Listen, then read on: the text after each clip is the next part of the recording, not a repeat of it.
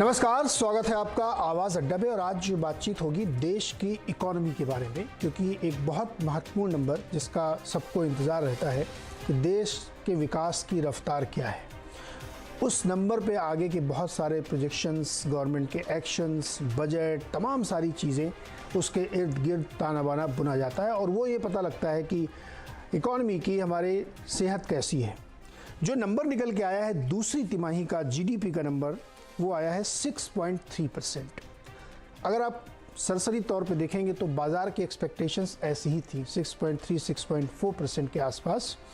Compare इसलिए नहीं करना चाहिए क्योंकि बहुत बेस इफेक्ट है इसमें, कोविड की वजह से बड़ा ऊपर नीचे के बेस आपको दिखेंगे। लेकिन अगर आप क्वार्टर क्वार्टर देखें खास तौर पे तो 8.4 जो था उस पर निकल के आया, फिर और ज़्यादा बढ़ा, फिर लेकिन इस वक्त जो 6.3% की ग्रोथ है, क्या ये एक चिंता का सबब है?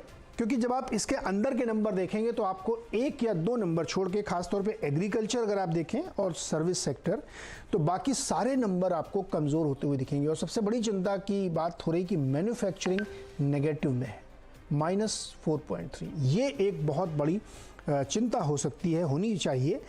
इसके साथ ही आप माइनिंग का नंबर देखेंगे तो वो 2.8% आया है, जो 6.5% क्वार्टर ऑन क्वार्टर से गिर के आया है। ईयर ऑन ईयर तो डेफिनेटली बेस इफेक्ट के और नीचे होगा। कंस्ट्रक्शन की ग्रोथ भी आपकी 6.6% देखने को मिल रही है। इलेक्ट्रिसिटी की आपकी 5.6% दिख रही है। ये सारे नंबर ये इंडिकेट कर रहे हैं कि इकॉनमी या तो अपने आप को रीएडजस्ट कर रही है प्री कोविड लेवल पे, और उसमें ट्रेजेक्ट्री स्लो होने की दिख रही है। क्या इसका ऐसे ही इंटरप्रिटेशन करना चाहिए?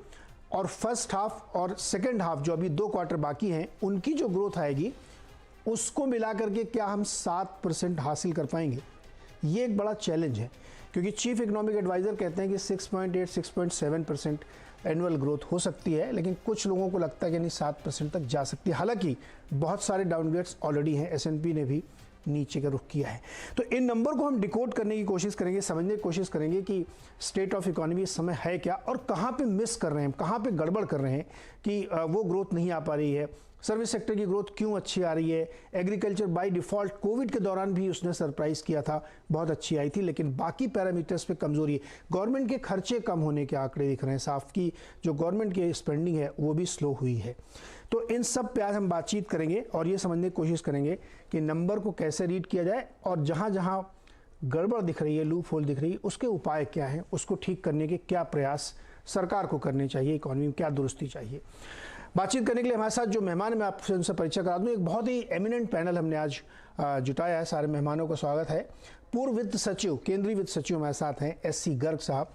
इसके साथ ही इंडस्ट्री एक्सपर्ट और एक बहुत लंबे समय तक एक बड़ी कैपिटल गुड्स कंपनी को चलाया है, MS उन्नी कृष्णन सर हमारे साथ हैं।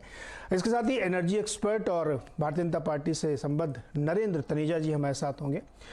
PhD chamber of commerce industries के chief economist doctor SP Sharma और मार्केट एक्सपर्ट प्रकाशदीवान.in के प्रकाश दीवान हमारे साथ हैं। आप सभी लोगों का बहुत बहुत स्वागत है इस चर्चा में, जहां पे हम इकोनॉमी की दुरुस्ती, तंदुरुस्ती की हालत को समझने की कोशिश करेंगे।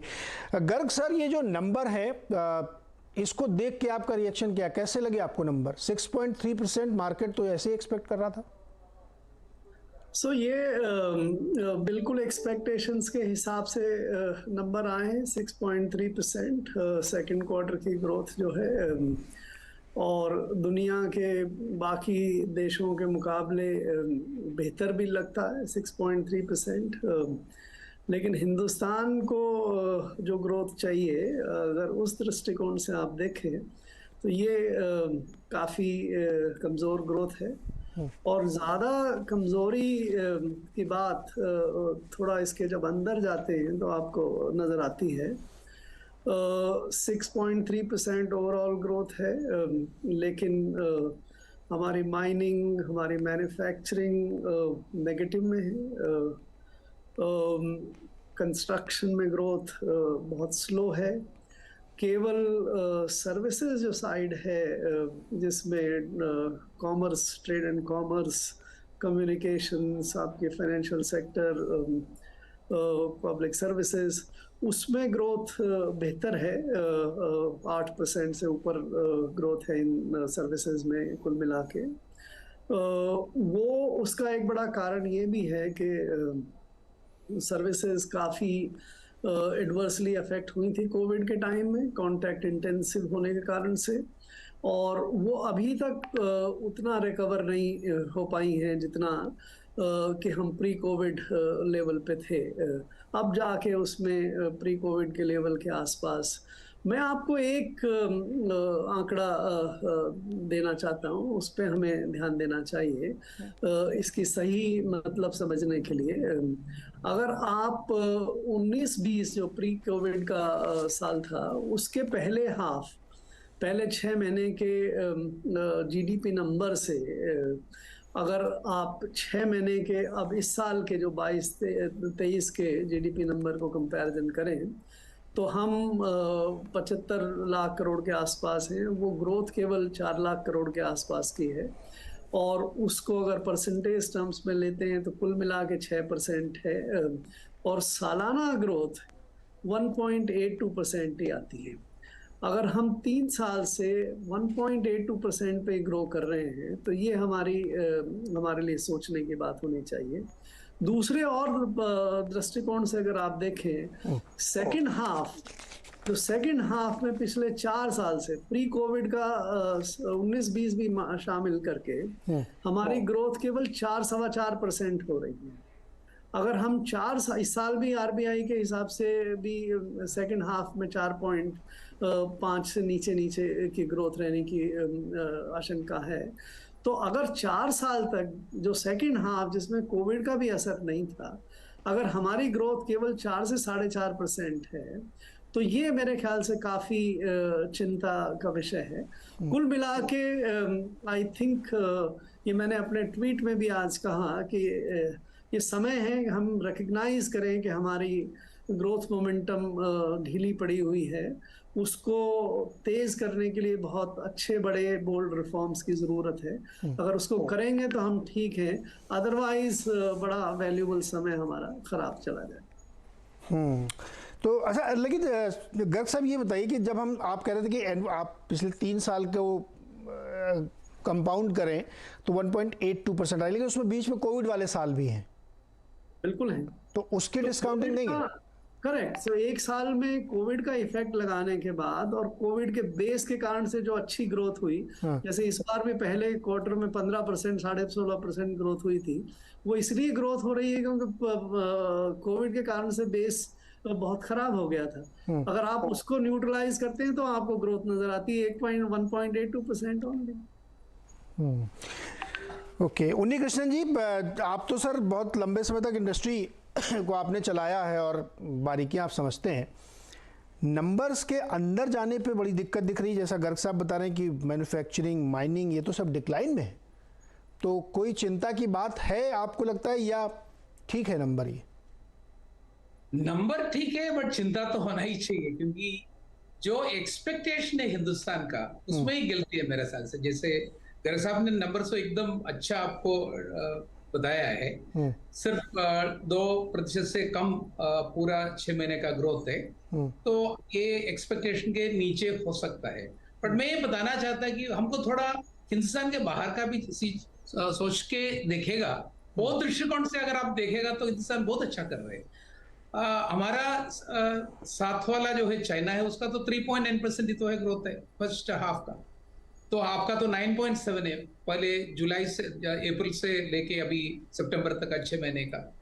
और बहुत सारे इकोनॉमी की नेगेटिव भी चल रहे हैं, ग्लोबल रिसेशन है कुछ कंट्रियों में, और पॉलिटिकल रीजन से, और इंडस्ट्रीज हमने बहुत बढ़ाया है। तो ये सब माहौल अब पूरा इन्फ्लेशन का आप देखो कितना साल से कंट्रोल करके रखा था, बट अभी तो वापस आउट ऑफ कंट्रोल हो गया था, अभी शायद कंट्रोल में आ गया। तो मैक्रो इकोनॉमिक सिनेरियो के मुताबिक देखेगा तो 6.3% बहुत अच्छा नंबर है, अच्छा नहीं बहुत अच्छा नंबर है, वो पॉइंट नंबर 1। पर रिप्रेजेंटिंग द इंडस्ट्री, जैसे आप बताए थे कि देखो अभी माइनस एक क्वार्टर में 4.3 था, पिछले साल में प्लस 5.6% था, बस सही है।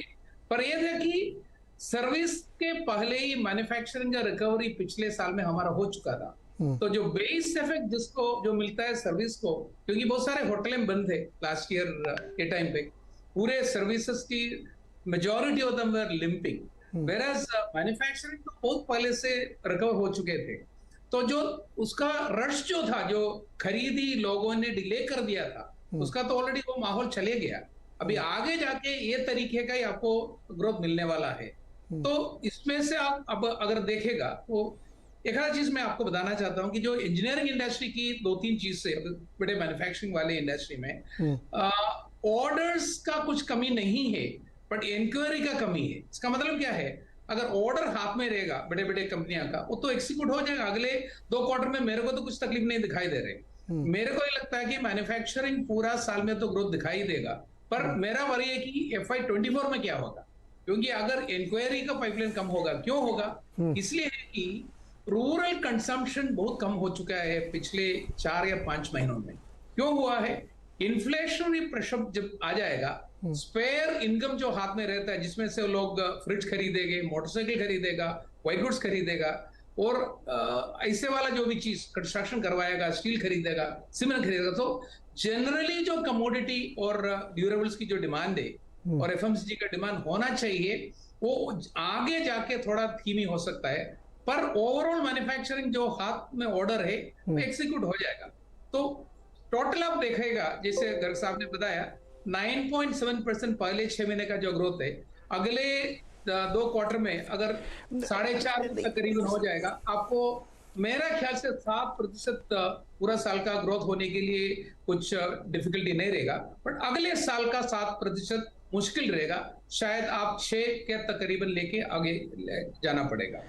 This is my take. जी बिल्कुल सही कह रहे हैं आप। सीए जो है हमारे चीफ इकोनॉमिक एडवाइजर, वो भी नहीं मानते, वो तो कह रहे हैं कि 6.7 या 6.8 के आसपास है। मैं 19 सर आपकी बात से ये समझ रहा हूँ, देखिए इकोनॉमी में 2 तरह से चल रहा है ना। एक, आपको ये कॉन्फिडेंस हो कि आगे बढ़ेगी, लेकिन अगर हम थोड़ा और पीछे चले हैं, 2018 2017 FY से चलते हैं, FY17 से आप ले लीजिए, तो वो लगातार ट्रेजेक्ट्री नीचे की तरफ है। कोविड के 2 सालों का अगर अपहीवल को हम डिस्काउंटिंग दें, उसको एडजस्ट करें, तब भी लाइन नीचे की तरफ आ रही है। और जो बॉटम ऑफ पिरामिड है, वहाँ डिमांड की सीरियस चैलेंज है। अभी क्वार्टरली रिजल्ट्स हम लोगों ने कवर किए, सब कंपनीज में ये साफ साफ दिख रहा है। तो जो आप कह रहे हैं ना कि इंक्वायरी नहीं आ रही, अगले क्या होगा, ये एक बड़ा मुश्किल बड़ा चैलेंज होगा। शर्मा जी हमारे साथ हैं। शर्मा जी, आप चैम्बर के आदमी हैं, बहुत सारी इंडस्ट्री से डेली बेसिस पे इंटरेक्ट करते होंगे, नंबर सजेस्ट कर रहे हैं क्या कि जो आप लोग बताते रहते हैं कि नहीं नहीं कोई दिक्कत नहीं, बहुत बढ़िया है, लेकिन नंबर तो ऐसा नहीं बता रहे हैं?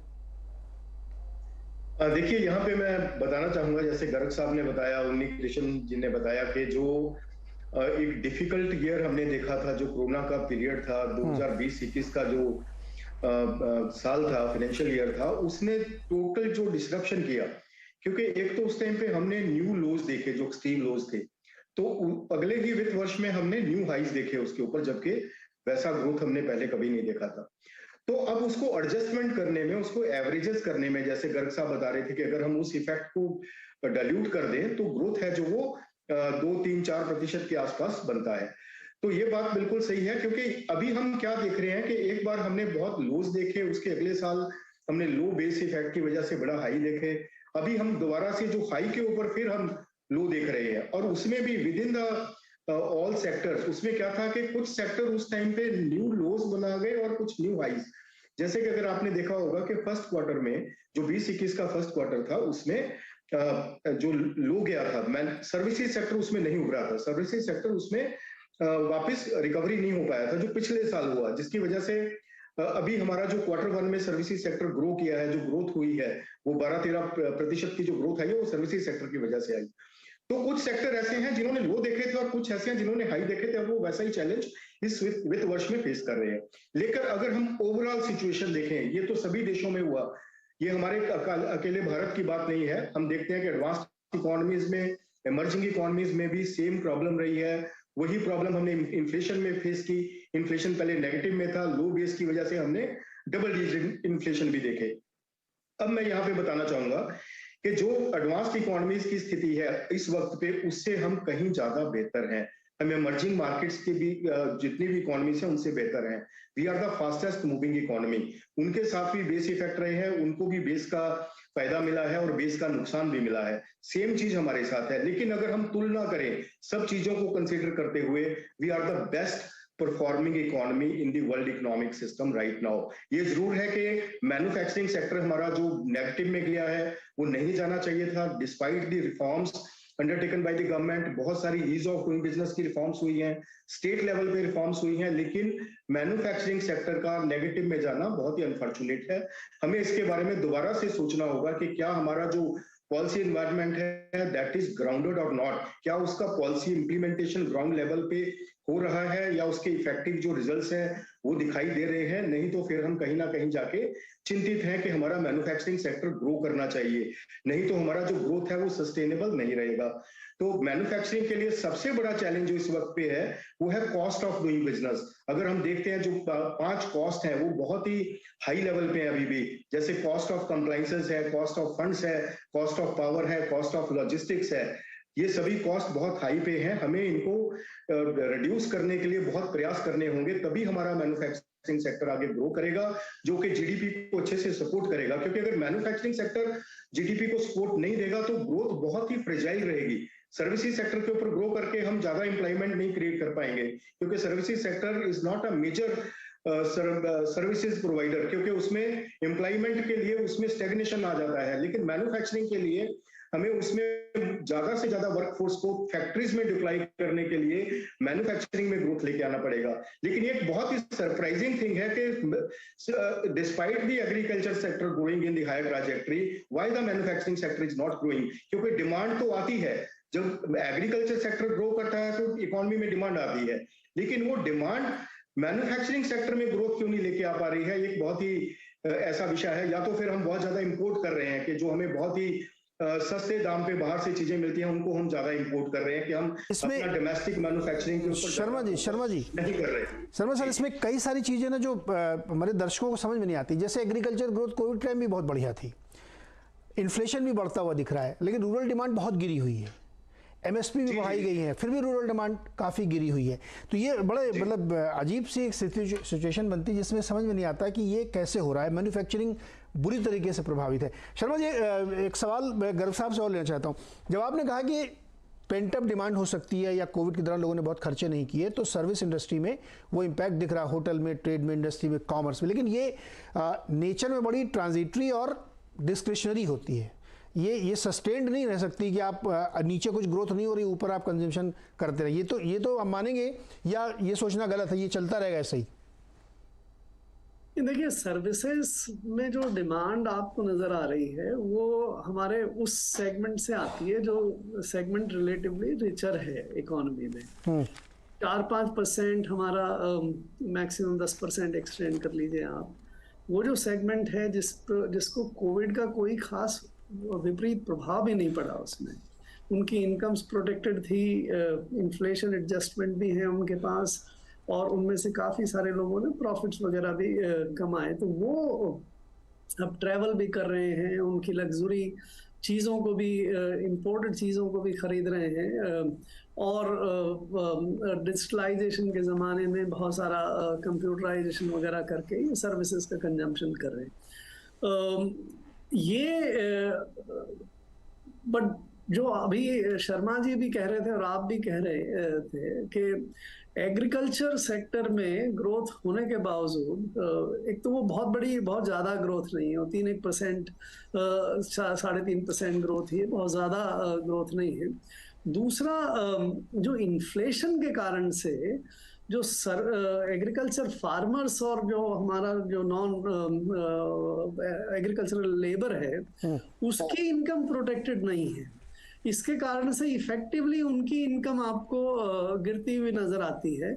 आप अगर आंकड़े भी अगर आप लें तो पिछले 10-12 महीने में रियल रूरल वेज जो है वो एक्चुअली घटी है। तो जब रियल रूरल वेज घट रही है और रियल फार्मर की इनकम घट रही है बिकॉज द इन्फ्लेशन इफेक्ट, तो आपको रूरल डिमांड तो घटेगी।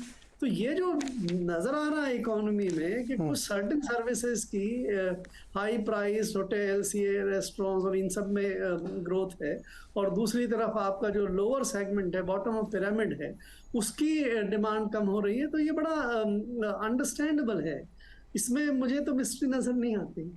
जी तनेजा जी, सर मोटा सवाल है, एकदम बेसिक, जो हमारे दर्शकों को समझ में आएगा कि ये ग्रोथ के जो नंबर्स हम लोगों ने देखे अभी, इसमें बहुत सारे अंदर कॉन्ट्रडिक्शंस हैं। क्योंकि जब हम लोगों के सामने फुटकर नंबर आते हैं कि अरे साहब जीएसटी 1.5 लाख करोड़ के पार, इनडायरेक्ट टैक्स गजब का ग्रोथ दिखा रहा है, डायरेक्ट टैक्स में बहुत शानदार ग्रोथ देखने को मिल रही है, ईपीएफओ के नंबर्स आते हैं कि जॉब ग्रोथ भी बहुत अच्छी दिख रही है, लेकिन जब हम ये वाले नंबर देखते हैं तो सिंक नहीं करते उसमें। आप कैसे इंटरप्रेट कर रहे हैं इन नंबर्स को? नीरज जी, पिछले 5 दिनों में मेरे को 6 विदेशी बिजनेस चैनल्स में शामिल हैं, उन लोगों के फोन आए, इंटरव्यू मैंने उनको दिए और उन सबका प्रश्न ये था कि पूरी दुनिया के अंदर, खासतौर से विकसित दुनिया के अंदर तो बड़ी चुनौतियां चल रही हैं, पर भारत की अर्थव्यवस्था इतना अच्छा कैसे कर रही है, वो ये जानना चाहते थे।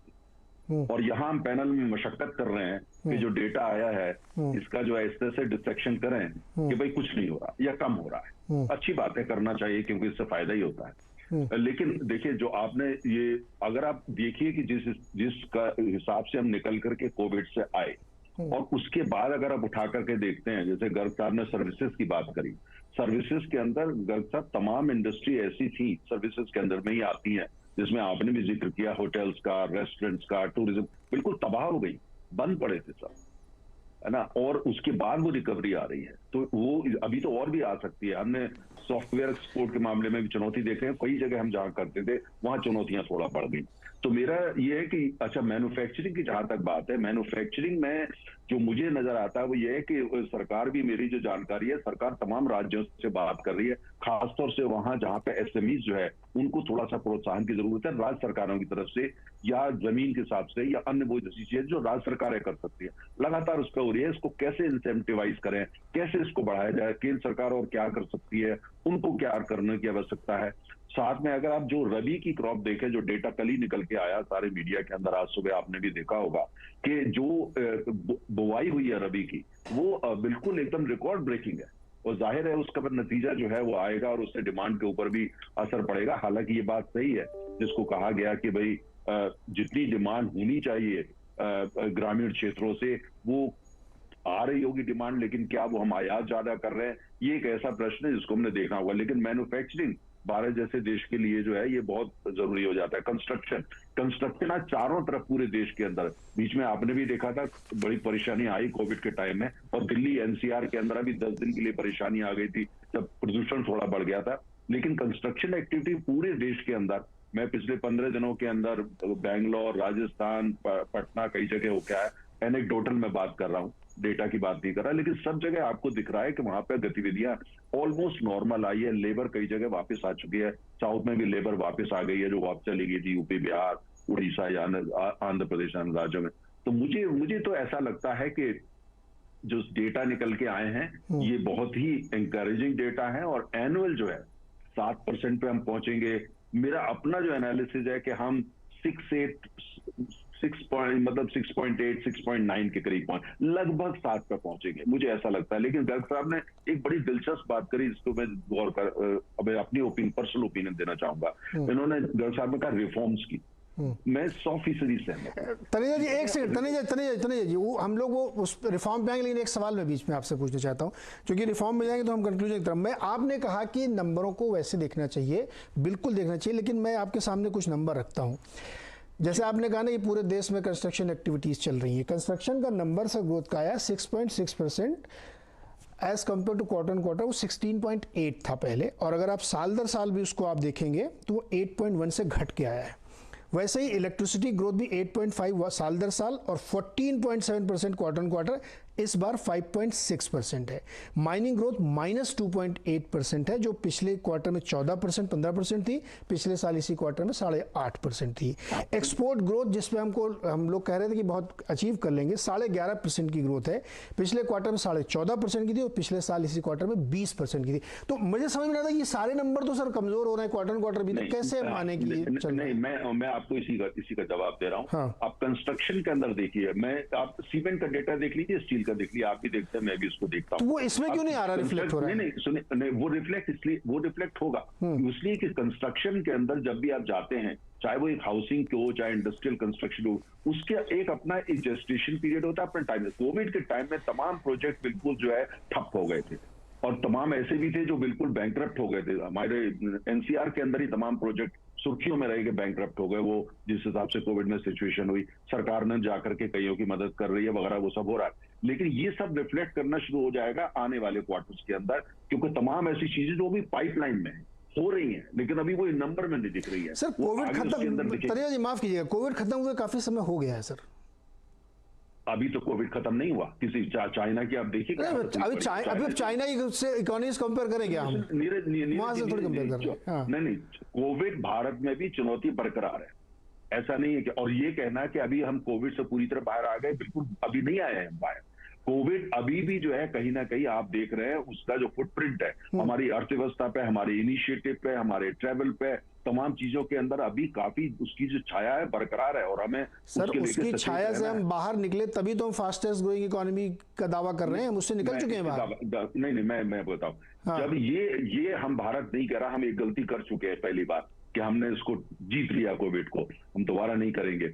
हम ये कोविड चुनौती है और अभी हम कोविड के साथ अभी संघर्ष जारी है, और उसके साथ साथ अर्थव्यवस्था का विस्तार। जब कोविड से हम पूरी तरह बाहर के निकल के आएंगे तो ये जो तरक्की है, प्रोग्रेस है, वो और ज्यादा।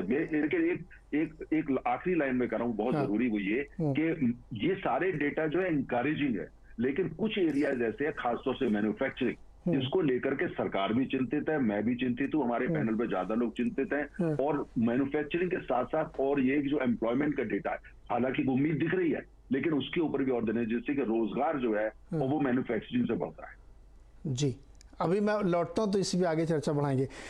प्रकाश दीवान जी, मार्केट को अच्छे लगेंगे ये नंबर?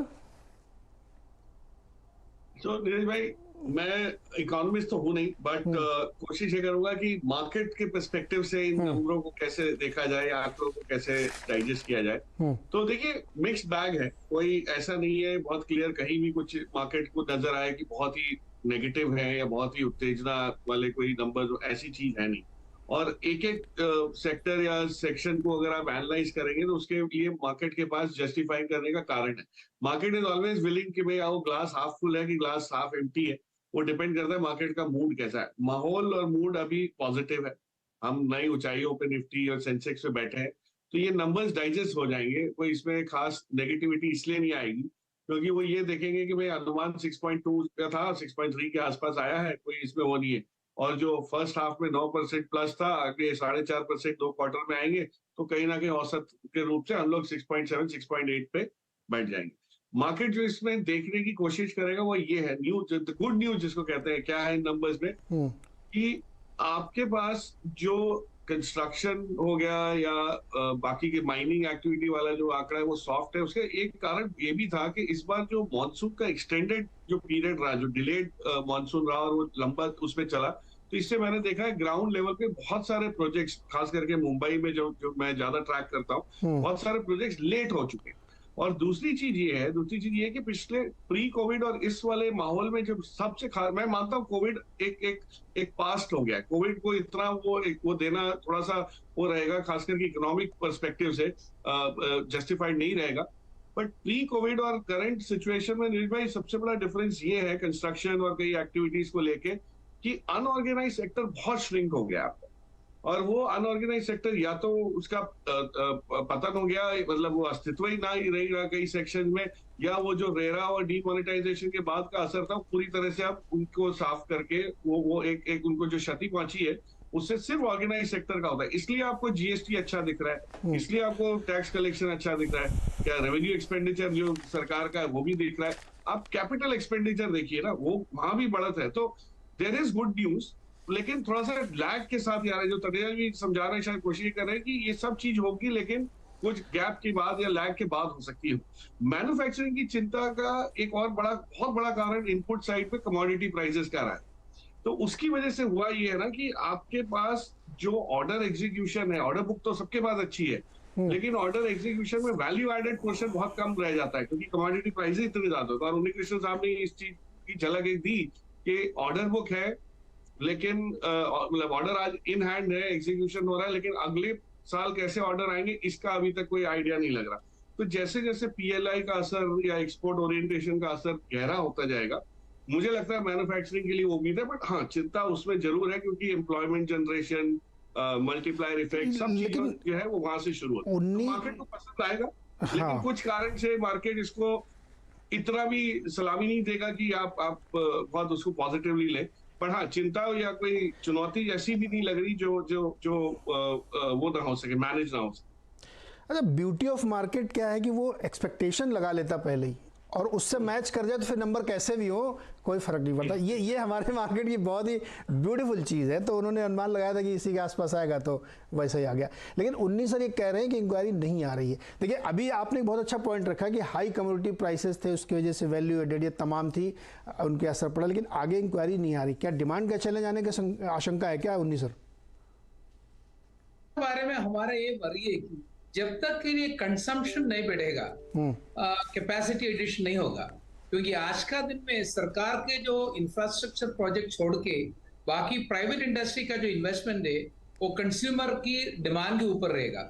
मेरा ख्याल से पोस्ट कोविड पिछले 3-4 क्वार्टर में, पोस्ट कोविड नहीं मतलब इंप्रूवमेंट, कोविड सिचुएशन मेरे को ऐसा करेक्शन करने दो, कोविड तो गया नहीं, मैं भी मानता हूं, बट कोविड अभी हमारा पीछे है, हम आगे उसके।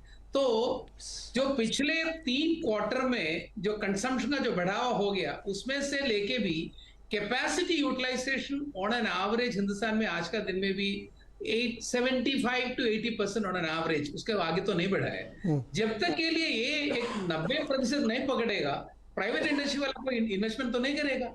जिससे कि देखो अभी 6 ओके, शायद लिंक में कोई दिक्कत है। एक मिनट में तनेजा जी, आपकी बात जो आपने कही थी ना, अच्छा हाँ 19 सर कंटिन्यू करिए, आवाज आ रही हो तो। हाँ, तो मैं ये बता रहा था कि अभी सीमेंट वाला सब बता रहा है कि हम कैपेसिटी बढ़ाने वाला है, स्टील वाला बोला हम बढ़ाने वाला है, पर 1 या 2 क्वार्टर में जब उसका जो कैपेसिटी यूटिलाइजेशन कांस्टेंट रहेगा, आगे नहीं बढ़ेगा, सब प्रोजेक्ट पोस्टपोन करेगा। इसलिए हमारा ये वरी है, जब तक के लिए कंजम्पशन बढ़ के अभी जो एक्सिस्टिंग कैपेसिटी है उसका यूटिलाइजेशन तकरीबन 50 से 85 to 90% नहीं पकड़ेगा, आपको अगले साल के लिए कौन नया ऑर्डर, नया प्रोजेक्ट लगाने वाला है। तो एक वरी है हमारा आगे जाके, आज का दिन की कोई वरी नहीं है, क्योंकि हमको इतना कॉन्फिडेंस है कि हमारा अगले 2 क्वार्टर में भी लेके Indian manufacturing will also grow, पर आगे जाके बढ़ेगा नहीं। बट उसमें एक पॉजिटिव चीज भी बताना चाहता हूं, जैसे कमोडिटी प्राइस के बारे में दीवान जी ने बोला है कि इतने स्टील की भाव बढ़ गए थे कि 75,000 रुपए की हो गई थी, 36,000 का जो 2 साल पहले का स्टील 75,000 का हो गया था। कॉपर का प्राइस ऊपर इतना आसमान तक पहुंच गया था, वो सब थोड़ा अभी स्टेबल हो गया, तकरीबन 20% कमोडिटी प्राइसेस कम हो चुके हैं। तो एक्सिक्यूशन अभी आगे जाके बढ़ेगा, बट उनको जब तक के लिए नजर में नहीं आएगा कि consumption going to be increasing, they please remember global trade में ही इसका असर आ रहा है। लोग इतना तक बता रहे कि global trade is going to come down by at least 3% in the next 1 or 2 year period of time. तो ऐसा नहीं कि हिंदुस्तान एक आइलैंड ऑफ एक्सेलेंस रहेगा, पूरा दुनिया में जो माहौल चल रहे उसका असर हमें भी पड़ने वाला है। तो मेरा ख्याल से ये जो क्वार्टर की नंबर से हमको ज्यादा वरी नहीं करना चाहिए, ये साल का बारे में भी ज्यादा वरी मत करो, पर आगे जाके क्या होगा, दुनिया में क्या होगा, उसका असर हमारा क्या होगा, उसमें से हमारा जीडीपी 24, 25, 26 जब हम चाहते थे कि 8% की कंसिस्टेंट ग्रोथ होए, वो होने की उम्मीद थोड़ा मेरे को कम दिखाई दे रही है। सर 19 सर, इसमें एक बहुत दिलचस्प बात आपने कही। देखिए, ये जो नंबर्स हम लोग ट्रैक कर रहे हैं ना इकोनॉमी वाले, लैग के सब, एक तो हिस्ट्री के नंबर हम देख रहे हैं 2 महीने पुराने के, लेकिन इसी की बुनियाद पर हम आगे जाएंगे। एक ऐसे जंक्चर पे हम खड़े हैं जहां पे मैं, तनेजा जी आप कहते हैं ना एरिया ऑफ कंसर्न, मैं आपके सामने 2 नंबर रखता हूं, उसके बाद आप बताइए, जिसके बाद फिर आगे इस चर्चा को बढ़ाते हैं। जो हमारा ग्रॉस सेविंग है ना सर डोमेस्टिक, वो 26.2% ऑफ जीडीपी है पहले हाफ में, H123 में, जो कि 19 साल के लोएस्ट लेवल पे है H120 में, ठीक है। और चूंकि ये कंजम्पशन में कन्वर्ट हुआ है सेविंग, इसलिए हमारी जो सर्विस ग्रोथ है, ट्रेड ग्रोथ है, होटल की ग्रोथ है, बढ़िया दिख रही है। दूसरा, जो सॉफ्टवेयर एक्सपोर्ट है हमारा, अभी आपने देखा होगा दुनिया भर में सॉफ्टवेयर कंपनियों की क्या हालत है ना, क्लाउड का बिजनेस घट रहा है, गूगल परेशान है, अमेजॉन परेशान है, वो बता रहे हैं। तो हमारा वो सॉफ्टवेयर एक्सपोर्ट भी बहुत जल्दी बढ़ने वाला नहीं है। मैं कह रहा हूँ अभी अर्निंग डाउनग्रेड शुरू होंगे, तब रियल पिक्चर सामने आएगी। तो अब मुझे आप बताइए कि एरिया ऑफ कंसर्न आपके हिसाब से क्या, जिसको ठीक करना चाहिए तुरंत। ये तो मैंने एक बिग पिक्चर आपके सामने रख दी। सॉफ्टवेयर की बात करी, देखिए 2024, 2025, 2026 ये अंतर्राष्ट्रीय स्तर पे अगर आप देखते हैं तो ये बहुत ही उथल पुथल वाले साल होने वाले हैं। 2024 हमारे लिए बड़ी चुनौती होगी। एक तरफ तो हमें इलेक्शन मोड में चले जाएंगे क्योंकि संसद के चुनाव की तैयारी शुरू हो जाएगी, और आप उसमें क्या होता है आप सब लोग अनुभवी हैं, जानते हैं आप। और दूसरी तरफ जो पूरी दुनिया की जो जिस हिसाब से लग रहा है यूक्रेन को लेकर के और चीन को लेकर के, कि अमेरिका पश्चिम के देश आर पार के मूड में है। मतलब ये है कि वो जो है अर्थव्यवस्था पे बहुत ज्यादा ध्यान नहीं होगा, और जो उथल पुथल राजनीतिक ज्यादा होगी उसका नतीजा क्या होगा? नतीजा होगा चाहे वो तेल हो, गैस हो, कॉपर हो, एल्यूमिनियम हो, कुल मिला के जो इंटरनेशनल ट्रेड है पूरा वो प्रभावित होगा। अब जो भारत का डोमेस्टिक तो हम संभाल सकते हैं, लेकिन अंतर्राष्ट्रीय क्या होता है? हम G20 के चेयर हो गए 1 साल के लिए, है ना, लेकिन इसका मतलब ये नहीं कि अंतर्राष्ट्रीय सारी जो व्यवस्था है उसमें कोई बहुत बड़ी हम कोई बहुत स्टेबिलिटी लेके आएंगे, वो नहीं हो पाएगा। वो तो बड़ी अर्थव्यवस्था हमसे है, उनकी उसके अंदर ज्यादा दखल होती है। ये अब एरिया ऑफ कंसर्न मेरे लिए ये है, सबसे बड़ी 2 है। एक तो ये है कि अब चूंकि जिस तरह के रिफॉर्म्स हमको चाहिए, रिफॉर्म्स, और हमको अगर मैं यूपी की भाषा का प्रयोग करूं तो हमको ताबड़तोड़ रिफॉर्म्स चाहिए, लेकिन वो अभी संभव नहीं हो पाएंगे कम से कम 1.5 साल, आप भी समझ रहे हैं। दूसरी तरफ जो हम जिसकी तरफ मेरा ज्यादा ध्यान है वो ये है कि हमारी जो निर्भरता है वो आयात पे, खासतौर से कमोडिटीज के लिए, और ऐसी कमोडिटीज जो हमारी अर्थव्यवस्था की रीढ़ की हड्डी है, वो बढ़ने वाली है और उनकी कीमतें भी बढ़ने वाली है। कच्चे तेल की कीमत 2024 में, 2025 में, चाहे वो यूक्रेन क्राइसिस चलते रहे उसके बावजूद बढ़ेगी, और वो बढ़ेगी, और वो हमारे लिए एक बहुत बड़ा एक चुनौती खड़ी होने वाली है, क्योंकि जितना इन्वेस्टमेंट अपस्ट्रीम में होना था वो हुआ नहीं है, ना गैस में हुआ है, तो वो हमारी चुनौती बढ़ने वाली है। दूसरी तरफ जो है वो रिन्यूएबल्स के लिए भी चुनौती बढ़ेगी, क्योंकि हमारी डिपेंडेंस जो है वो एक भी कम होने वाली नहीं है, जो इक्विपमेंट और सेल्स और तमाम चीजें हम मंगाते हैं। इसका मतलब हुआ कुल मिलाकर के एक तरफ तो हमारे होगा, दूसरी तरफ हमारे जो एक्सपोर्ट, जिसका आपने भी जिक्र किया, हमारे ज्यादातर सॉफ्टवेयर एक्सपोर्ट या आईटी एक्सपोर्ट कहाँ जाते हैं? विकसित अर्थव्यवस्थाओं को जाते हैं। हाँ। विकसित अर्थव्यवस्था जो है 2024 में भारी परेशानी में आने वाली है। ग्लोबल इकोनॉमी तो आने वाली है, लेकिन तनेजा सर यही तो मैं कह रहा हूँ इम्पैक्ट पड़ेगा कि ये जो नंबर्स है ना सर, अब मैं 100% आपसे एग्री हूँ, आपने जो एक्सप्लेन किया है कंसर्न है ये। तो ये जो आपने कहा ना ताबड़तोड़ रिफॉर्म इसलिए नहीं हो पाएंगे क्योंकि अगले 1.5 साल चुनौती, सर वो चुनौतियां सारा साल चलती रहती हैं, वो कभी रुकती कहाँ है? तो उसके चक्कर में मैं ताबड़तोड़ वाले कार्यक्रम क्यों रोकूं? मेरा तो सवाल ये भी है, वो तो हमेशा चलता रहता, कुछ ना कुछ हर 6 महीने में आ ही जाता है, तो उसकी इतनी चिंता हमें क्यों करनी चाहिए? गर्ग साहब, अब रेमेडी की ज़रूरत है, और जिस तरह के नंबर्स ये हैं मुझे लगता है कि इसमें थोड़ा सा सोचने की ज़रूरत है इसमें। हाँ, बहुत। इसके लिए सबसे पहली ज़रूरत मेरे हिसाब से तो ये है कि हमें जो नंबर्स आते हैं उनको करेक्ट पर्सपेक्टिव में पढ़ना चाहिए। आप जैसे आप भी कह रहे थे कि जीएसटी में बहुत ग्रोथ आ रही थी, ये कॉर्पोरेट टैक्सेस बहुत ग्रो कर रहे थे, और एक्सपोर्ट्स भी हम अभी दिक्कत शुरू हुई है, एक्सपोर्ट्स की ग्रोथ भी काफ़ी नज़र आ रही थी, और ऐसा लग रहा था जैसे इकोनॉमी बहुत अच्छी कर रही है। लेकिन अगर आप थोड़ी सी और गहराई में जाएं, देखो जीएसटी में मैं आपको एक उदाहरण के तरह से समझाता हूँ। जीएसटी की ग्रोथ 3 फैक्टर्स पे आती है। एक तो आपका अगर रियल प्रोडक्शन बढ़ता है, तो अगर प्रोडक्शन में ग्रोथ होती है, आपकी सेल्स में ग्रोथ होती है, तो आपकी जीएसटी नेचुरली बढ़नी चाहिए। लेकिन 2 और फैक्टर्स हैं। एक फैक्टर आता है कि इन्फ्लेशन, मतलब आपकी प्राइसेस बढ़ रही हैं, बिकॉज ये तो वैल्यू एडेड टैक्स है, वैल्यू प्राइसेस को फैक्टर इन करता है। अगर इन्फ्लेशन के कारण से आपकी चीज़ों की प्राइसेस बढ़ती है तो आपका जीएसटी बढ़ता है। और तीसरा फैक्टर आपका ये है कि आपका इंपोर्ट कितना ज़्यादा है, क्योंकि इंपोर्ट पे आईजीएसटी लगती है, और उससे ग्रोथ होती है। अगर आप देखें पिछले 1.5-2 साल में, तो जीएसटी में जो ग्रोथ आई है वो चूंकि रियल इकोनॉमी, मैन्युफैक्चरिंग के डेटा हमने आपके सामने और सभी ने रखे हैं, तो मैन्युफैक्चर्ड चीज़ों की में ग्रोथ नहीं होने के कारण से रियल ग्रोथ ऑफ वॉल्यूम तो है नहीं। बेसिकली दो चीजों से ग्रोथ आई है, इन्फ्लेशन से और इंपोर्ट से। अगर अब ये दोनों चीजें, और होना भी चाहिए क्योंकि इन्फ्लेशन तो बहुत खराब टैक्स है लोगों गरीबों के लिए और देश के लिए, तो अगर इन्फ्लेशन अब कंट्रोल में आता है और इंपोर्ट्स भी थोड़े घटने लगते हैं, तो आप देखेंगे जीएसटी जो है उसका कलेक्शन अब पिछले 4-6 महीने में तो प्लेट्यू हो गया, करीब करीब 1.45 के आसपास की एवरेज से चल रहा है। और आने वाले समय में ये आप गिरावट देखेंगे इसमें, जीएसटी में। दूसरा, कॉर्पोरेट टैक्स में तो आपने देख ही लिया, सेकंड क्वार्टर में ही कॉर्पोरेट प्रॉफिट्स ही इतने घट गए हैं, और कॉर्पोरेट टैक्सेस की जो एडवांस टैक्स डिपॉजिट हुआ है सेकंड क्वार्टर में वो कम है। तो अगर आप ये ट्रेंड देखें तो ट्रेंड टैक्सेशन का उस चीज से रिलेटेड है कि इन्फ्लेशन, इंपोर्ट, इकोनॉमी, और अब आने वाले समय में उतना आपको बेहतर नहीं रहेगा।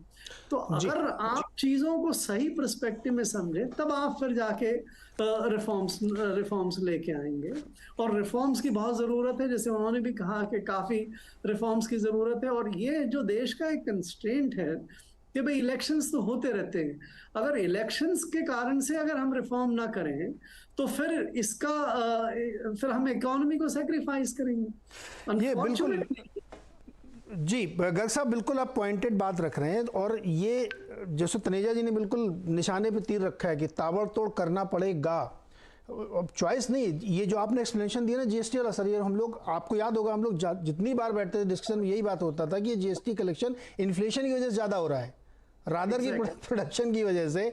अब प्लेटो बन गया, धीरे धीरे गिरेगा क्योंकि इन्फ्लेशन नीचे आप लाएंगे तो ऑब्वियसली वैल्यू एडेड तो नीचे आएगा। ये बड़ा कंसर्न है जिसपे ध्यान देना चाहिए, बातचीत इस पे करनी चाहिए। छोटा सा मुझे एक ब्रेक लेना, ब्रेक से लौट के आके दीवान जी और शर्मा जी से मेरे कुछ सवाल है, मैं इनको एड्रेस करूंगा। छोटे से ब्रेक के बाद वापस आते हैं। स्वागत है एक बार फिर से आपका, और आज बातचीत हो रही है इकोनॉमी की, जहां पे जीडीपी के नंबर आए हैं 6.3% और सेकेंड क्वार्टर के, जो कि अनुमान के मुताबिक है। लेकिन जब आप इनके अंदर जाते हैं, डीप डाइव करते हैं, तो आपको कई जगहों पे कंसर्न्स दिखाई देते हैं जिनको एड्रेस करने की ज़रूरत है, जिसकी भी हमारे पैनलिस्ट चर्चा कर रहे थे, और जहाँ पे बहुत फौरी तौर पे एकदम वॉर फुटिंग पे उसको एड्रेस करने की ज़रूरत है। लेकिन मार्केट भी एक बड़ा पार्टिसिपेंट है, और न्यू हाई पे हम लोग न्यू हाई पार कर लिया, हम लोग नए हाई रोज़ बनाते हैं। अब 10 पॉइंट भी चलेंगे तो नया हाई बन जाता है। तो प्रकाश सर, मार्केट 6 महीने आगे ही देख के चलता है, ये हम लोग हमेशा जानते हैं। तो आगे 6 महीने का क्या पर्सपेक्टिव बन रहा है, क्योंकि नंबर सर बड़े ख़राब थे क्वार्टर 2 के, है ना, और आगे जाते हुए पता नहीं कैसे नंबर आएंगे, आई डोंट नो। तो उसकी वजह से कोई कंसर्न है, या फिर हम लोग गलत देख रहे हैं, क्योंकि एफआई का फ्लो बड़ा ज़बरदस्त शुरू हो गया मार्केट में, रोज़ खरीदारी के नंबर सुन के आ रहे हैं, एकदम गेम पलट गया है। अब डीआईएस के सामने खड़े होकर वो खरीद रहे हैं। तो क्या कुछ ऐसी चीज़ है जो मार्केट देख रहा है और हम लोग नहीं देख पा रहे हैं? तो market likes to be not only forward looking, मतलब आगे के नंबर्स या आगे के अनुमान के हिसाब से जो चलता है वो तो एक बात है, और थोड़ा सा ऑप्टिमिज्म भी हमारे इस वजह से आ रहा है कि जो विश्व स्तर पे, जो वैश्विक स्तर पे जो आपके बाकी के मार्केट्स जो लड़खड़ा रहे हैं, और उस कंपैरिजन में हम लोग का परफॉर्मेंस जो रिलेटिवली अच्छा लग रहा है, उसका थोड़ा सा हमको प्रीमियम ज्यादा मिलने लगा है, या हम लोग ज्यादा एक्साइटेड हो रहे हैं। तो आप देखिए वैल्यूएशन जो है वो थोड़े से अब आपको स्ट्रेच इसलिए लगने लगे कि इस क्वार्टर के बाद बहुत सारे सेक्टर्स में अर्निंग्स की जो आशंका है कि अर्निंग्स डाउनग्रेड भी होना शुरू हो जाएंगे। तो मैं समझता हूं कि अगले 2 क्वार्टर के लिए मार्केट तैयारी कर रहा है। जो अभी का जो मार्केट है नए ऊंचाइयों पे, वो इसलिए भी थोड़ा सा रहता है, उसमें एक टेक्निकल फैक्टर है कि जो शॉर्ट बिल्डअप होते हैं मार्केट में, जो शॉर्ट बिल्ड थे, वो सारे जैसे नए स्तर पहुंचते हैं ऊंचाइयों के, तो वो कवरिंग के लिए आ जाते हैं। तो कुछ मार्केट को एक उछाल जो है वो हमेशा मिलता है, वो 19,000 के पार ले जाए, उसको नए हाई बनाए, वो सब होगा। बट फंडामेंटली अगर आप देखें मार्केट ब्रेथ जो दिखा रहा है, या अपने को जिस संदर्भ में हमको देखना चाहिए कि स्मॉल कैप मिड कैप में एक्चुअली पोर्टफोलियो लेवल पे लोगों की कमाई इतनी नहीं हुई है। निफ्टी और सेंसेक्स नई ऊंचाइयों पे है, बट आप किसी को पूछेंगे आपका पोर्टफोलियो क्या वैल्यू पे है, तो वो कोई नई ऊंचाइयों पे नहीं आया है। तो अभी उसमें छोटी कंपनीज में या मझौली कंपनीज में जो चाल आनी है वो थोड़ी सी बाकी है, और वो आते ही आपको थोड़ी सी शायद प्रॉफिट बुकिंग भी दिखे। और दिसंबर का महीना एक अलग ही माहौल का रहता है, छुट्टियों पे जाने के हिसाब से 20 तारीख के बाद फॉरेनर्स का ऐसी गतिविधि कम हो जाती है। उनकी जो बाइंग आ रही है वो तो फोमो की वजह से आ रही है, उन्होंने बाइंग करी नहीं, उनके घर के मार्केट, जब घरेलू मार्केट में जब तकलीफें दिखने लगी कि यहाँ तो कोई पैसा बनना नहीं है, तो वो इमर्जिंग मार्केट में आ गए। हमारा मार्केट डिस्काउंट ये कर रहा है, कि एफआईज का फ्लो बरकरार रहेगा। चाइना के मार्केट में जो बहुत बड़ा पैसा जाता था, उसमें से थोड़ा सा भी टुकड़ा अगर हमारे यहाँ पे डाइवर्ट हो गया, तो अभी भी एफआई फ्लोज बने रहेंगे, और उस कायम फ्लोज की वजह से हम लोग का वैल्यूएशन थोड़ा हो रहा है। बट मेरे हिसाब से पर्सनल मेरा व्यू है, ये मार्केट का व्यू अलग है, ऑफकोर्स वो आंकड़ों में दिखता है। मेरा व्यू ये है कि हम लोग थोड़ा सा ओवर बॉट पोजीशन में जाने लगे, तो अगर कोई कारण ऐसा एक्सक्यूज मिल गया या ट्रिगर आ गया, तो गिरावट भी बहुत शार्प हो सकती है, और वो थोड़ा सा संभलना उस वजह से जरूरी है कि बजट तक आपको एटलीस्ट ये रफ्तार थोड़ी सी हल्की हुई होती हुई दिखेगी, और बजट के बाद एक नया अंदेशा मिलना शुरू हो जाएगा कि क्या पॉलिसी में कुछ चेंज आया है, और उससे क्या किन सेक्टर्स पे असर पड़ सकता है। अच्छा, एक बड़ी इंटरेस्टिंग बात आपने कही, ये मार्केट भी है ना बड़ा छलिया टाइप का है। अभी हम लोग चाइना की बात कर रहे थे कि वहाँ पे कोविड है और लॉकडाउन और राज्य बंद, ये बंद। 2 brokerage house, international brokerage house bullish है चाइना पे ओवर इंडिया। अब ये भी देखिए कमाल की बात है, आप कह रहे हैं इधर पैसा उधर की तरफ वो ज़्यादा रुझान कर रहे हैं। लेकिन खैर वापस लौटते हैं अपने इस मुद्दे पे। शर्मा जी, बजट आ रहा है, देखिए बजट की बातें हो रही हैं, नंबर देख के आप लोगों की एक्सपेक्टेशंस क्या बन रही है, क्या एक्सपेक्ट रखते हैं कि सरकार करना चाहिए? देखिए, जैसे बहुत सारी चर्चा हुई है हमारी अभी पिछले आधे घंटे में, 40 मिनट में, कि जो दिक्कतें हैं वो ज्यादातर एक डिमांड की तरफ से दिक्कत है, दूसरा कैपेसिटी यूटिलाइजेशन प्रॉपर लेवल पे नहीं हो रहा है, एम्प्लॉयमेंट क्रिएशन नहीं हो रहा है, तो ये सभी दिक्कतें जो है इकोनॉमी में बरकरार बनी हुई है। तो इस जंक्चर पे हमारा जो सजेशन है, जो हम सजेस्ट कर रहे हैं सरकार को, सबसे पहले कि कंजम्पशन को रिवाइव किया जाए, कंजम्पशन को बूस्ट किया जाए, कंजम्पशन के लिए ऐसे संसाधन किए जाएं कि लोगों की स्पेंडिंग पावर बढ़े। वो कैसे बढ़ेगी? जब हम लोगों के हाथ में और इनकम देंगे। और वो कैसे जाएगी? जब हम टैक्स रिफॉर्म्स करेंगे। जो अभी इंसिडेंस ऑफ टैक्सेशन जो मिडिल इनकम ग्रुप के ऊपर सबसे ज्यादा है, जो हम टैक्स कर रहे हैं, जो हम 15 लाख के ऊपर ही जाके पीक रेट पे उनको टैक्स कर रहे हैं, तो वो हमारा कंजम्पशन के लिए फैसिलिटेट नहीं कर पाता है। तो हमें लोगों के हाथ में पैसा देना होगा, so that they are able to spend more in the market, more in the system, more in the demand, more in the buying the commodities, more in the buying the durable goods and services. So उसके लिए हम सरकार को suggest कर रहे हैं कि एक तो टैक्स रिबेट्स बढ़ने चाहिए, खासकर मिडिल इनकम के लिए, क्योंकि लोअर इनकम के ऊपर सरकार पहले ही टैक्स नहीं कर रही है, तो जो इंसिडेंस है वो ज्यादा मिडिल इनकम के ऊपर है। शर्मा जी, लेकिन दिक्कत तो वहीं पे है। सजेशन है कि जब कंजम्पशन बढ़ेगा तभी कैपेसिटी यूटिलाइजेशन बढ़ेगा, तभी फैक्ट्रीज में प्रोडक्शन आएगी। शर्मा जी, दिक्कत तो वहां पे है जो नॉन टैक्स पेयर वाला सेगमेंट है, बॉटम ऑफ द पिरामिड से डिमांड नहीं आ रही है। जो 10-15 लाख रुपए कमा रहा है, उसका टैक्स ब्रैकेट अगर आप 5% नीचे भी कर दें तो कोई फर्क नहीं पड़ रहा, वो तो वैसे ही कंज्यूम कर रहा है। जैसे गर्ग साहब ने शुरू में बताया कि जो डिमांड है, डिमांड के जो मेजर इंग्रेडिएंट हैं, खासकर जहां से कृषि से डिमांड पैदा होती है, हाँ। तो कृषि को जितना रेट अभी हम देख रहे हैं, जितना कृषि का ग्रोथ दे रहे हैं, उस हिसाब से उनके पास पैसा नहीं पहुंचता है। जो मीडिएटर्स हैं अभी भी मार्केट में, उनके पास ही ज्यादा जो है पैसा जाता है। कि किसानों को तो तभी जाके वो मार्केट में स्पेंड कर पाएंगे जब उनके हाथ में उतना इनकम जाएगा। वो एक मेजर कारण है। डिस्पाइट के हम हर एक साल कृषि में न्यू हाइज बनाते हैं, $50 अरब का हमने एक्सपोर्ट भी किया पिछले साल में, लेकिन कृषि क्षेत्र में उतनी प्रॉस्पेरिटी फिर भी क्यों नहीं है? क्योंकि उनके ग्राउंड लेवल तक उनके पास उतना पैसा, जितना हम बाजारी जो उसकी कीमत है, उतना नहीं पहुंच पाता है। ये सबसे बड़ा फैक्टर है कि कृषि जो है डिमांड उत्पन्न नहीं कर पा रहा है। और दूसरा, जो कैपेसिटी यूटिलाइजेशन तभी बढ़ेगा जब डिमांड होगी। डिमांड कब बढ़ेगी? जब लोगों के पास पैसा होगा। तो कैपेक्स की हम बात करते हैं, तो इन्वेस्टमेंट तो तभी आएगा ना जब उसका जो कैपेसिटी यूटिलाइजेशन है वो 90% तक जाएगा। और दूसरा, जब ईज ऑफ डूइंग बिजनेस होगा। अभी आप एक्सपेंड करेंगे तो आपको बहुत सारी चीजों का सामना करना पड़ता है। सरकार ने सिंगल विंडो बनाई है, लेकिन उसको प्रयोग करने के लिए अभी बहुत सारी कई स्टेट्स में बाधाएं हैं। तो हमें ईज ऑफ डूइंग बिजनेस को सामने और प्रोत्साहित करना होगा, सो दैट कि लोग आगे आए। शर्मा जी, ये सवाल मैं तनेजा जी के पास भी ले जाना चाहता हूँ। तनेजा जी, ये बताइए कि मुझे ऐसा लगता है कि सरकार का अप्रोच अब तक ये रहा है कि दूसरी साइड से आके डिमांड पुश किया जाए ना। जैसे 20-25 लाख करोड़ का एक पैकेज दिया गया था कोरोना के बीच में, फिर बीच में बहुत सारी PLI स्कीम, ये सब गया, कॉर्पोरेट टैक्स घटा दिया, कि ये सब क्रिएट करेंगे तो डिमांड अपने आप आएगी। एक अप्रोच ये होता है कि नहीं, हम पहले डिमांड क्रिएट करते हैं तो फैक्ट्री लगाएगा आदमी। अब ये जो बात सुझाव दिया जा रहा है कि डिमांड को पुश करना जरूरी है, तो उससे फिर जनरेशन, एम्प्लॉयमेंट भी जनरेट होगा, कैपेसिटी यूटिलाइजेशन भी होगा, ये कैसे होगा मुझे ये बताइए सर। मैं अपने फेवर की बात आज आज मुझे अपने विरोध में बात करनी पड़ रही है कि अगर आप मिडिल इनकम की टैक्स ब्रैकेट को एड्रेस करने की बातें चल रही हैं, जो उसको कर देने से डिमांड कैसे पुश होगी मुझे बताइए, जबकि प्रॉब्लम बॉटम ऑफ पिरामिड में है, जो 90% लोग टैक्स नहीं देते वहां डिमांड नहीं है। बिल्कुल आप सही कह रहे हैं। देखिए बॉटम ऑफ द पिरामिड में है। अमेरिका में क्या हुआ, अमेरिका में उन्होंने लोगों की जेब में डॉलर रख दिए, हाँ, इस उम्मीद से कि भाई उससे डिमांड बढ़ेगी और अर्थव्यवस्था क्या, उसका क्या हुआ, उससे नई समस्याएं खड़ी हो गई। और खैर भारत तो उस स्थिति में नहीं है, इतनी बड़ी अर्थव्यवस्था नहीं है। तो ये जहां तक टैक्सेस की बात होती है वो उसका ये है कि भाई ठीक है आप थोड़ा बहुत इधर उधर मॉडरेट कर सकते हैं, लेकिन सरकार के सामने तो और भी चुनौती होती है। सरकार के सामने तो एक इतनी बड़ी आबादी पड़ी हुई है जिसको अभी सर संक्षेप में उपाय बताइए सर, कैसे डिमांड पुश होगा। नहीं देखिए, जहां तक डिमांड की उसके यही है, जो सरकार की नीति है बिल्कुल सही है, वो पुश किया जा रहा है। प्राइवेट पब्लिक सेक्टर को पुश कर रही है सरकार सक्सेसफुली। प्राइवेट सेक्टर से लगातार बात हो रही है। तमाम प्राइवेट सेक्टर की कई कंपनियां, उनके पास पूंजी पड़ी हुई है लेकिन वो उसको लगा नहीं रहे। तो इसीलिए कि आकर के सर डिमांड नहीं तो पूंजी क्यों लगाएंगे वो?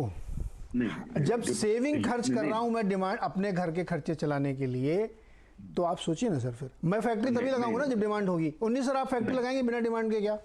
नहीं, सुनिए, जब नीरज जी बात सुनिए, हाँ। ये जो बात होती है मेरी जो कैपेसिटी है मैं उसका 80% यूटिलाइजेशन कर पा रहा हूँ, 90 क्योंकि डिमांड कम है। लेकिन दूसरी तरफ जो है, जैसे सरकार देखती है, बड़े कॉर्पोरेट्स उनको भी देखना है जिनके पास खासतौर से कैपिटल है कि जाकर के वो अपना विस्तार करें, नई फैसिलिटीज लगाएं, क्योंकि आगे के लिए तैयारी करनी है। नहीं वो तो देखिए एक कैपेसिटी एक्सपेंशन नहीं बल्कि कैपेसिटी रिप्लेसमेंट होता है कि आप टेक्नोलॉजिकली अपग्रेड कर रहे हैं, तो वो लगता है कि हाँ नई फैक्ट्री लग रही है, लेकिन वो नई फैक्ट्री पिछले का रिप्लेसमेंट होती है, तो उसको मैं थोड़ी मानूंगा। नहीं देखिए, जैसे सरकार पब्लिक सेक्टर को पुश कर रही है कि रिप्लेसमेंट नहीं, साथ में एक्सपेंशन, प्राइवेट सेक्टर की भी जिम्मेदारी बनती है। जो सरकार जिस तरह के इंसेंटिव देती है उनकी भी जिम्मेदारी बनती है कि इस यज्ञ में शामिल हों। और इसकी सर तनुजा एकदम समय खत्म है। एक सवाल आपसे हमेशा अनुत्तरित रहता, जवाब नहीं चाहिए, मैं खाली सवाल छोड़ रहा हूँ। ओएनजीसी ने कितना नई डिस्कवरीज की है पिछले 10-15 सालों में, आपको ही पता है? मैं जवाब दे दूं इसका बहुत जल्दी में। हाँ, ओएनजीसी की डिस्कवरी जो है वो अल्ट्रा डीप वाटर में ही हो सकती है। उसकी टेक्नोलॉजी आप बाहर से लेके आते हैं, खर्चा भी ज्यादा होता है जी। वहाँ वो बिल्कुल अलग ग्रह है, वो ग्रह के लिए अलग चर्चा चाहिए। अच्छा, मैं उसमें मैं एक दिन अलग से उस दिन सर अलग से मैं चर्चा करूंगा कि वो कितना हम लोगों ने कहाँ कैपेसिटी एक्सपेंशन कर लिया। 19 से 30 सेकंड में आप अपनी बात रख दीजिए, चूंकि I want to be Neeraj to be very positive now. Let us end it positive only, because we are only worried about that. There are a lot of positives because the way China has isolated themselves and getting isolated and all the geopolitical problems that we are talking about is going to open up a lot more opportunity for. It is not China plus one anymore. It is going to be. Without China, how do we have a supply chain created? In that, India has got to compete with many more countries in Southeast Asia. So we need to be having the ease of business, doing business improved, and market India and make everything possible for us to come in over here. And second point from my side to the demand from the government is, last 2 years we had borrowed a lot of money to overcome the COVID. Let's continue borrowing a little more and have government leading the investment in the country. There is no choice. We need to do that. These two things, if you do that way, you will have the demand going up in the country, and we need to do that. There is no choice for you. And don't increase the interest rates any further, and government has got to intervene. बिल्कुल, मुझे लगता है कि ये number देख के जो है आरबीआई अपनी पॉलिसी पता नहीं ट्विक करना चाहिए उनको, लेकिन पता नहीं करेंगे नहीं करेंगे। मैं इस शो का समापन उस एक बात से करना चाहता हूँ, जो अभी कुछ दिन पहले एक चर्चा छिड़ी थी कि आप अपनी एसआईपी तोड़ के मर्सिडीज़ खरीदिया। मैंने उस पर 1 घंटे का शो भी किया था, तो उसका लब्बो-लुआब ये है कि आप मर्सिडीज़ तो खरीद सकते हैं 20 साल तक अपनी 25,000 की EMI SIP चला करके, लेकिन वो जो 25 साल तक आप सफ़र कर रहे हैं ना, आप एंजॉय नहीं कर रहे हैं ना। गोल के साथ साथ जर्नी एंजॉय करना भी बहुत ज़रूरी है। तो भविष्य में बहुत कुछ अच्छा हो जाएगा, ये बहुत अच्छी बात। हम लोग इटर्नल ऑप्टिमिस्टिक लोग हैं, लेकिन जो कंसर्न्स हैं उसको एड्रेस करना भी बहुत ज़रूरी है। बहुत बहुत शुक्रिया सर आप सब लोगों का, काफ़ी बढ़िया चर्चा रही। उम्मीद करते हैं कि जल्दी कुछ हम लोग अच्छे ऐलान बजट में या उससे पहले सुनेंगे। बहुत बहुत शुक्रिया हमारे साथ जुड़ने के लिए।